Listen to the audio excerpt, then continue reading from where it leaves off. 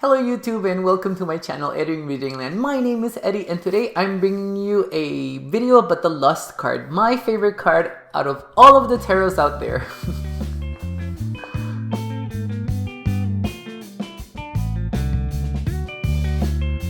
Okay guys, so I'm going to quickly jump in on this video and hopefully I'm not going to ramble or make it very long because I just did the video for my favorite depictions of the Strength card and that probably was longer than I intended it to, but it's just I feel so passionate about the Strength card and the Lust card being my favorite card of the of all of the tarots ever. Like this, that's my favorite card ever. Depiction of any other cards. So, but here it is, guys.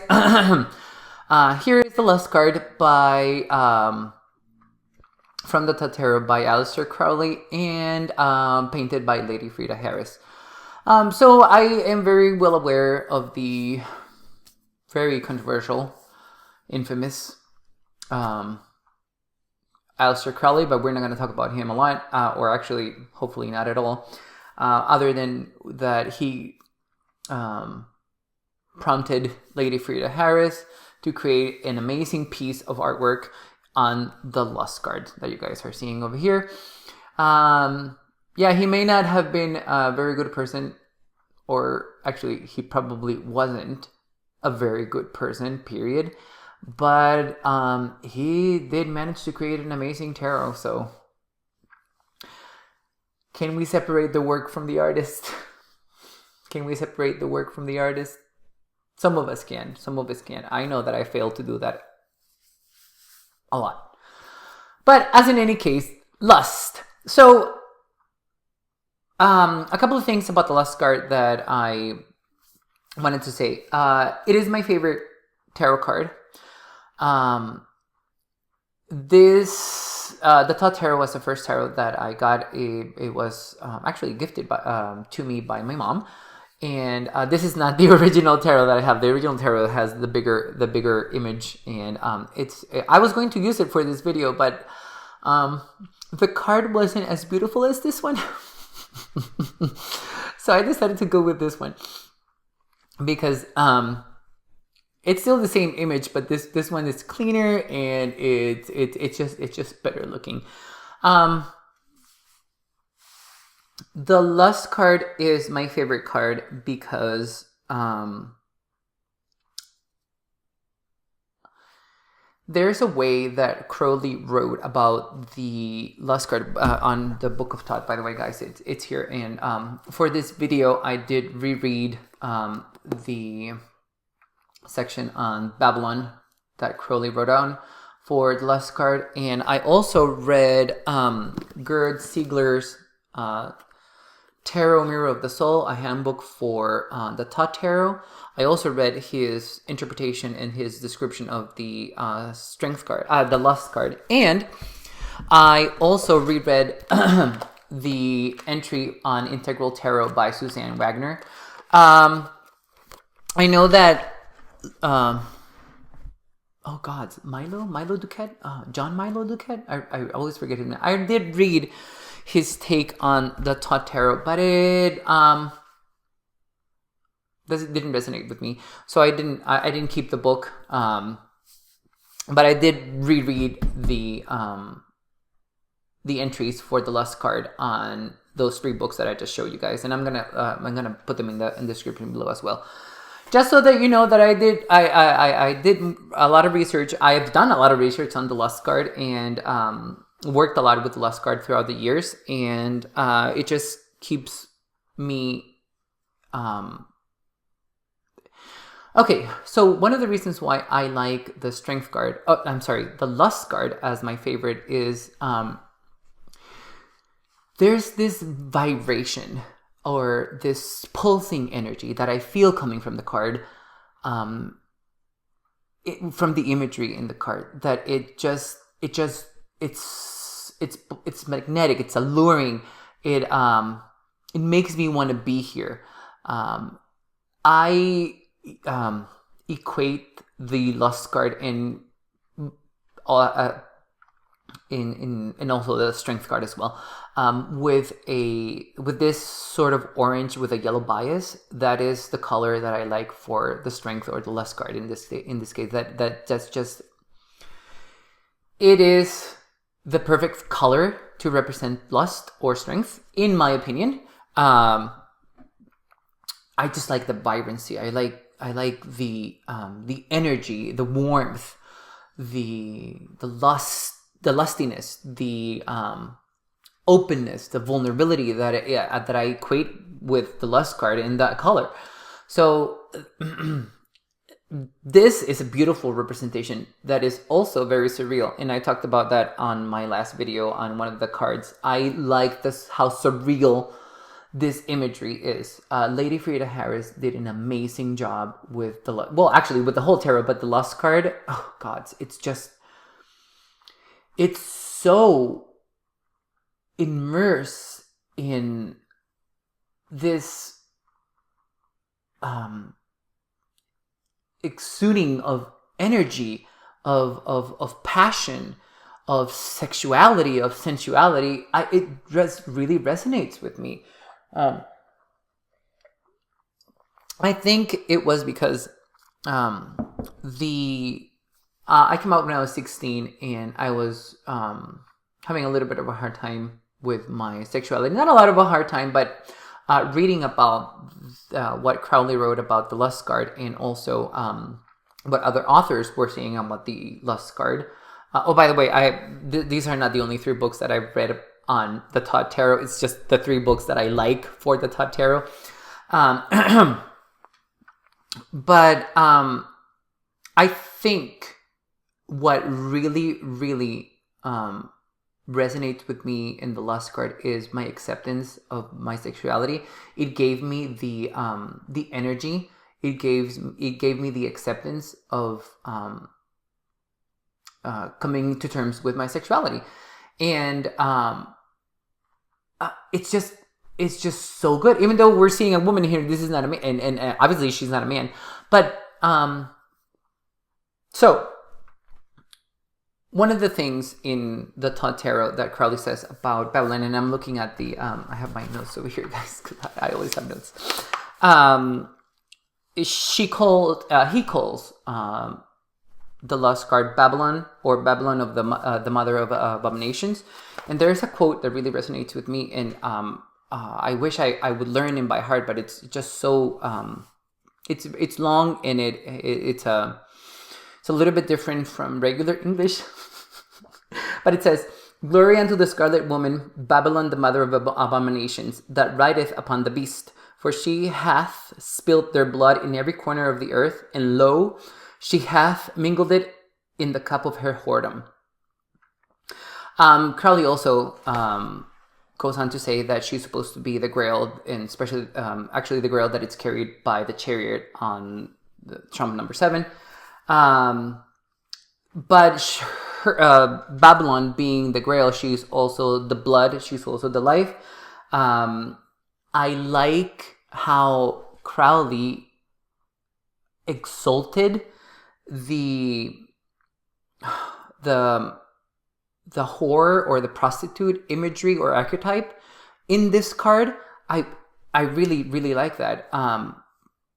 We equate prostitution with a lot of bad things, and yes, there are a lot of bad things that go on with prostitution that I definitely don't want to talk about.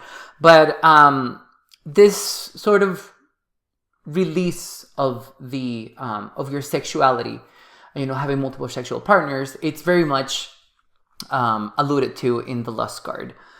So I like that. Crowley also talks about how the woman seems to be in a state of intoxication, and that the intoxication is just strong enough to destroy thought. That also resonates with me. I am not a person who uses drugs, but there is this madness that the card exemplifies in sexuality, in the release of sexuality, that really works very well with that meaning of intoxication that I believe Crowley was talking about. I don't know. Crowley wasn't very good at explaining anything, especially not giving meanings for any of the cards. I don't know if you guys actually read the book of Tot that Crowley wrote, but you don't really get any meanings for the card, or he doesn't really go into the why this was depicted on the card. But as in any case, I still love it. It's still my favorite. And Crowley does also talk about how she's supposed to be compassionate and also the subduer of strength. So there's a lot of good things that Crowley says about the Lust card. Actually, I don't think he refers to the Lust card as anything other than good. There is no negativity for the Lust card when it came to Crowley, at least not that I picked on. But as in any case, definitely can see that compassion, definitely can see the passion on this woman writing this lion creature thing. But as we can see here, the Crowley also decided to provide the lion, or Leo, the trump of Leo, to the Lust card. And he also provided the Hebrew letter, I believe it's called Tet, and that's pronounced Tet. I'm not really sure, but it means serpent, and we see the serpent on the tail of the beast over here. And not to mention that probably Babylon would be called a serpent, being that she's a very sexually active woman and very open woman. We also see snakes over here being drawn to the grail that she's holding here on the top. So, again, I love snake imagery. Snake imagery for me, it's both knowledge, temptation. It's the passage of time. It is also healing. It is also education. It is also. It works very well. There is a danger to snakes that I also like, and that it's being represented here in this card. I do pick up on that danger on this Lust card, especially with this incredibly volatile creature over here. This lion seems just so plastic, and by plastic I mean having this sort of shape-shifting thing going on, that is, again, it's incredibly powerful, because your strength, you're able to change your strength, and you're able to progress in strength in various levels of your life. So I really like that. It resonates with me. And saying that, Suzanne Wagner says in Integral Tarot that there are various levels on the Tot Tarot for each of the cards. And so, for example, for this one, she says that on a physical level, the card is meant to portray passion, that on an emotional level, the card is meant to portray this yearning, and that on a spiritual level, the card is able to exude acceptance of sexuality, and that exception of the that acceptance of the sexuality doesn't necessarily mean your sexual your sexual preferences, but accepting that there is a sexual part of yourself, and on a spiritual level, and that it's just so good, and I really love that Suzanne also says that you need to be at peace with that, because if or when you are a sexual being, there is nothing wrong with that. There's nothing wrong with that. There's nothing wrong with expressing your sexuality. So I think that there needs to be a normalization of that, but that is another topic for probably another video, not related to tarot, or maybe, who knows. But so Suzanne was actually the person who made me realize the major difference that I see with the Lust card and the Strength card. For me, the major difference from strength is that strength is about taming the beast, taming the shadow aspect of yourself, versus the lust card being about acceptance of the beast and acceptance of that shadow self. So, do I read the lust card the same way as the strength card? Yes and no. Honestly, guys, I haven't used the Tot Tarot in years, mostly because I have been focusing on the more in-depth aspects of the Rider-Waite-Smith Tarot. Like, for example, I've been studying decans, and I've been studying more on that part of astrology within the tarot. And I've been exploring other different sort of ways to read the Rider-Waite-Smith Tarot and just enriching my practice in that way. So I haven't used the Tot Tarot in a while, but reading about the Lust card in the last couple of days has actually made me want to come back to it, and hopefully I'll get to do that this year. But I plan my my tarot work ahead of time, and so hopefully I'll get to do that. But so let's talk about what Lady Frida Harris did for the art. So the scene here, it's meant to portray a scene on the Book of Revelation, and actually I think it's actually mentioned that it is the Book of Revelation 17 lines 3 through 4, which I didn't write because it wasn't important to me. But so Lady Frida Harris did her best. Actually, not did her best. She just was able to portray this woman in ecstasy, gleaming with desire, riding this lion creature that I'm not really sure if it even is a lion. We're not very clear on that. Crowley says it's a lion, but I mean, it looks more like a manticore to me, even though it has 7 heads, but I digress. It doesn't matter. Lady Frida Harris was prompted to make the woman feel a little drunk or crazed, and I can see that. And also, she was very good on portraying this sort of lusty energy coming from the card. I think that the way that she did that was by creating these swirls on the fur of the lion. Let's call it a lion. And the hair and this very dynamic, very sort of exaggerated pose on the card. It's just it's very sensual. It's very lusty. To me it works. Now in the background we are going to see the saints over here on the bottom. The saints are there because they have spilled their blood to the Grail.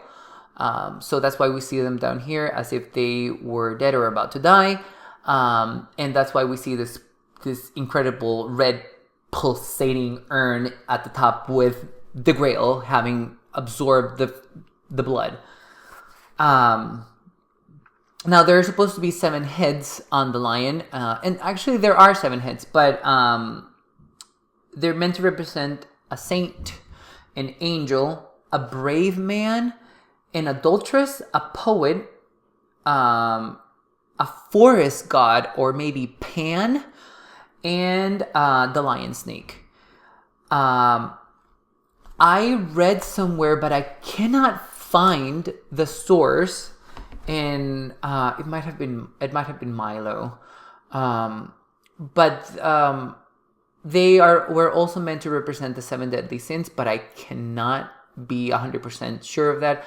But I like to think that they do, mostly because I'm fascinated by the 7 deadly sins and how they're not truly sins, and they're just sins because of religion. And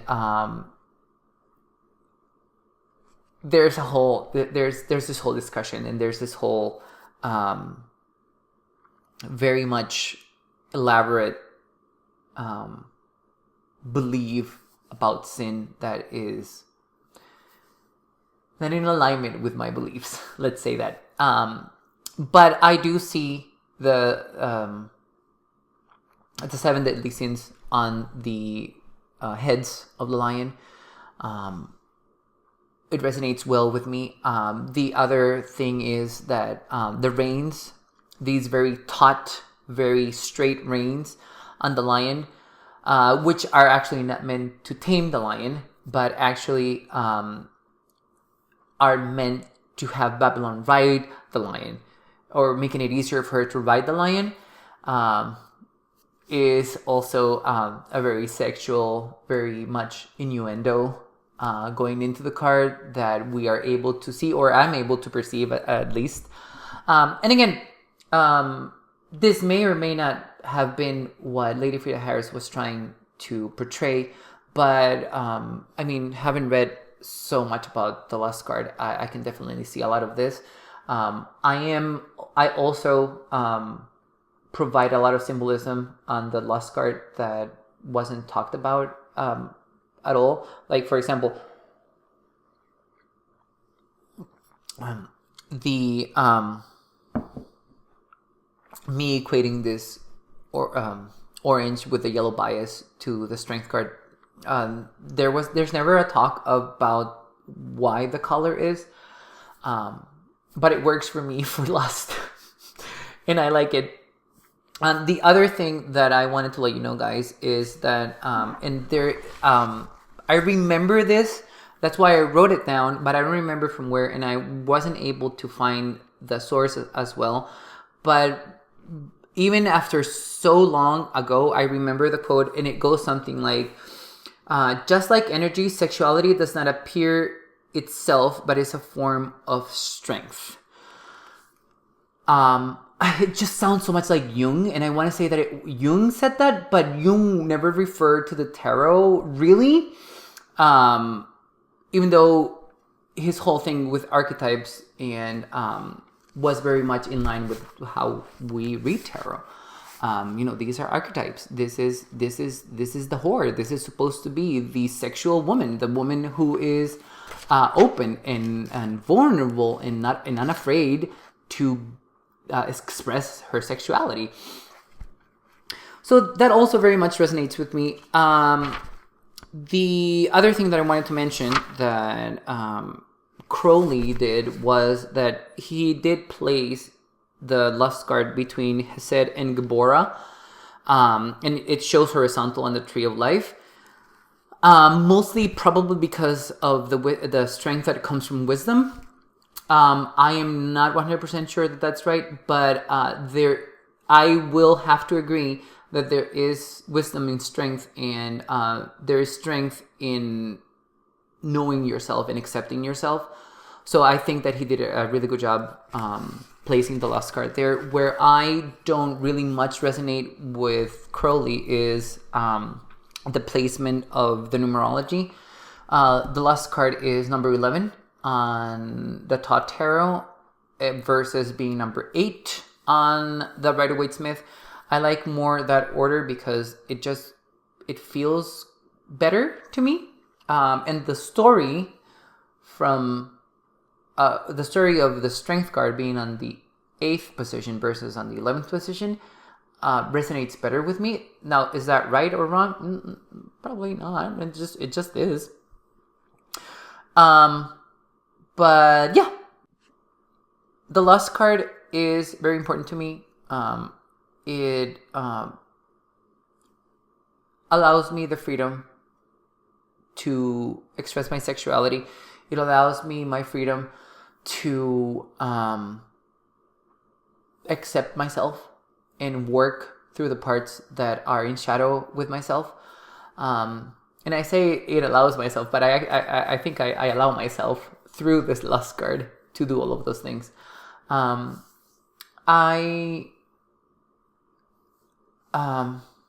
just very much in awe of the depiction of this lust card, and I hope that I have made sense in this video in telling you guys why I like the lust card.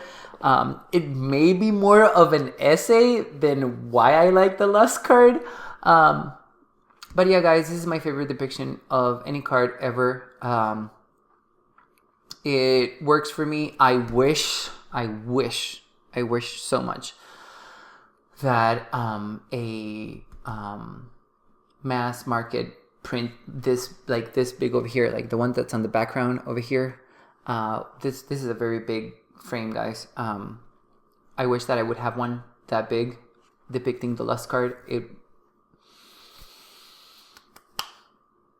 It would be amazing because I would get to see it every day, because right now I don't get to see the lust card as much as I want, because it stays with the Tot tarot put away where my other tarots are, just waiting to be used. I'm really grateful for this card as well, and I'm hoping that I'm going to be able to work with the Tot tarot soon. If not this year, probably next year. But yeah, guys, there you go. That's my favorite card, the lust card, and why it's so important to me. And there's also more information about the lust card that you probably didn't need to know, but I told you. But thank you so much for watching. I really appreciate it. Let me know in the comments below what resonated with you on this video, and I'll see you in the next one, guys. Bye bye.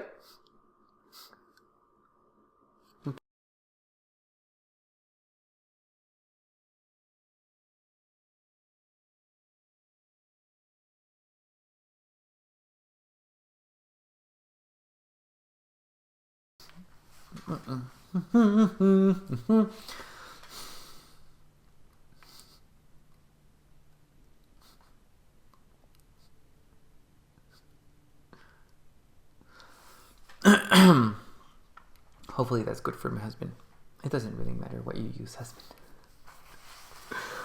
Okay, let's see. No, it does matter. It does matter. It does matter.